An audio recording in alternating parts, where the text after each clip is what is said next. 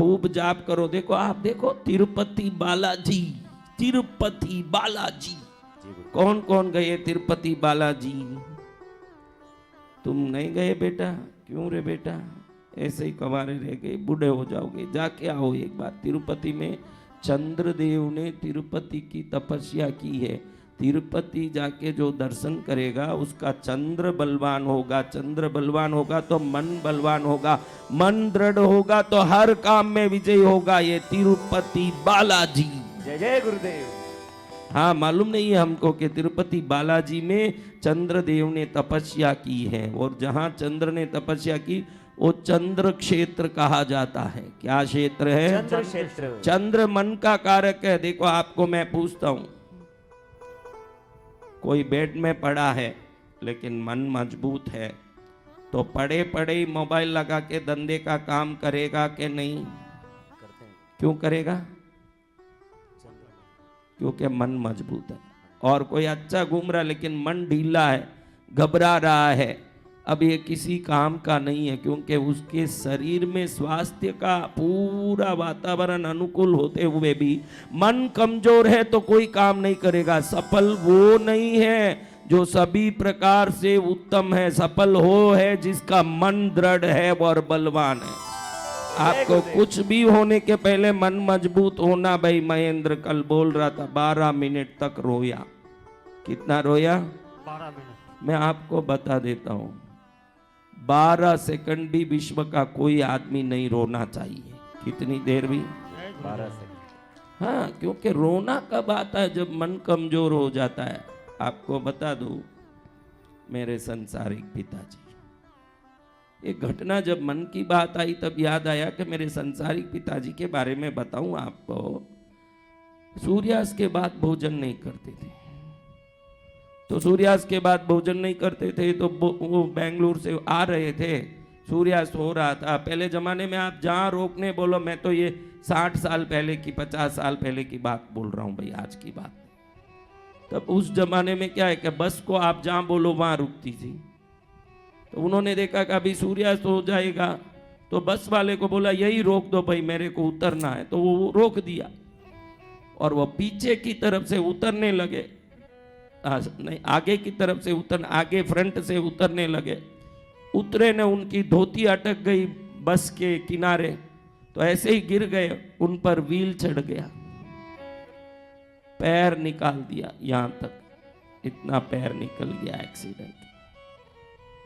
लेकिन उनको पैर का वो जो अंग निकाला तभी मालूम पड़ा कि इनको डायबिटीज है। तब तक वो ऐसे दौड़ते थे जैसे घोड़ा दौड़ता है, उनको पता तक नहीं।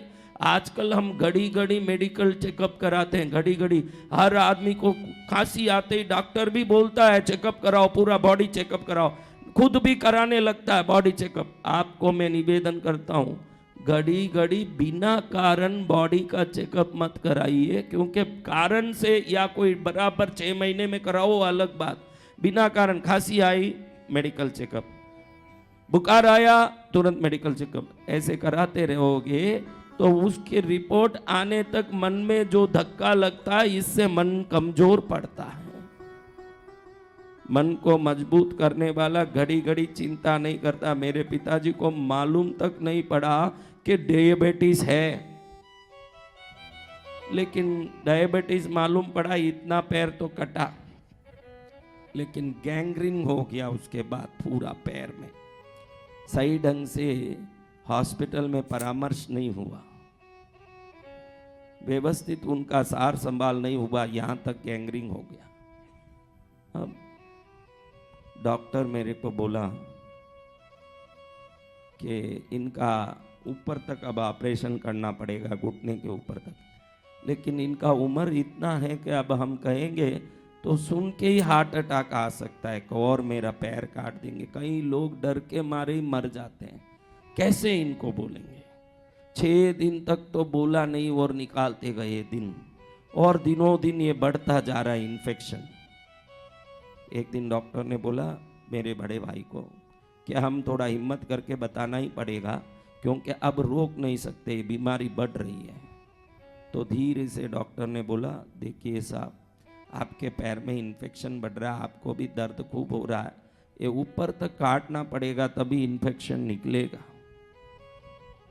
तो मेरे पिताजी, अच्छा आप पैर काट रहे हो तो उसके लिए क्या आप इतने धीरे धीरे बात करते हो? जिसको कटना है वो कटेगा, उसके बाद मैं कितने घंटे बाद कॉफी पी सकता हूं ये बताइए आप मेरे को।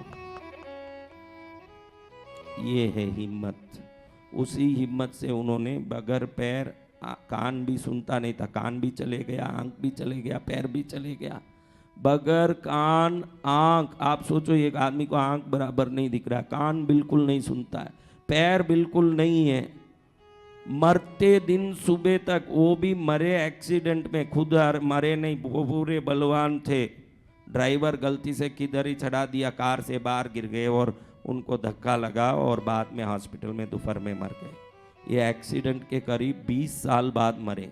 वो 20 साल अंतिम दिन जो मरे ना, जिस दिन, जब तक पैर भी नहीं था, आंख भी नहीं था, कान भी नहीं था, इंद्रिय काम नहीं करते थे, 93 वर्ष के हो गए, 93 के, उस दिन सुबह भी अपने पूरे कपड़े खुद धो के, खुद थाली धो के, खुद खाना खा के फिर गए हैं। कोई उसको परामर्श करने, कोई हाथ लगाने आते तो बोलते थे कि मैं कोई लंगड़ा थोड़ी हूँ, मेरे को हाथ मत पकड़ो, मैं अपना खुद चलूँगा, मैं अब खुद कपड़ा धोऊंगा, खुद का कपड़ा, बिना पैर, बिना आँख, बिना कान, खुद अपने कपड़े धोते थे। अंतिम दिन सुबह भी उनका कपड़ा उन्होंने खुद धोया है। ये है चंद्रभल महाराज।